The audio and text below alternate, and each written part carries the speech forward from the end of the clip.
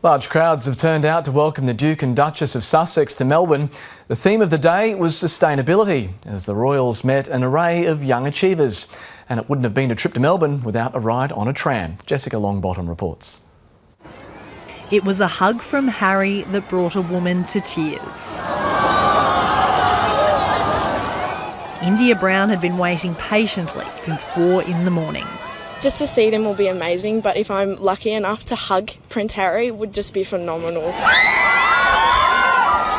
Tens of thousands of Victorians came out today to greet the Duke and Duchess of Sussex.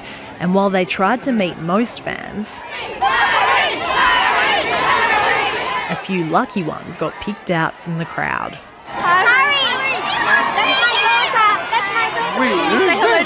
We got Meghan, which is wonderful, so oh happy day. I've got just the right uniform to celebrate today's event. Inside the grounds of Government House, a showcase of young talent and a taste of all things Melbourne. The Duchess tried her hand at Aussie rules.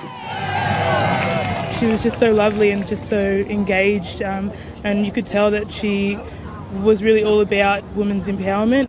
Inside, a miniature Formula One model proved a blast. A stroll down a lane in Fitzroy led them to restaurant Charcoal Lane. Native Australian food was on the menu at the enterprise that trains young Indigenous people in hospitality. There was a rapturous welcome at Albert Park Primary School, where the food theme continued as students proudly showed off their kitchen garden. All aboard that most Melbourne of transport to South Melbourne Beach, where the crowds were gathering and practising their royal moves.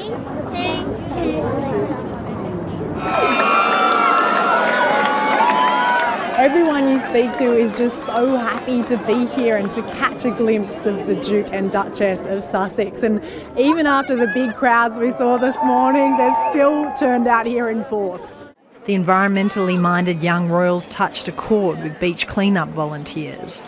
You can never go for a romantic walk along the beach again because you're always looking for a plastic straw or plastic cup to pick up. And he goes, yeah, I know. He says, we've done that. He says, I've always picked up plastic on the beach. But as much as Melburnians love it, South Melbourne ain't no Bondi. The Duke and Duchess now heading back to Sydney, where they'll visit that landmark tomorrow. Jessica Longbottom, ABC News, Melbourne.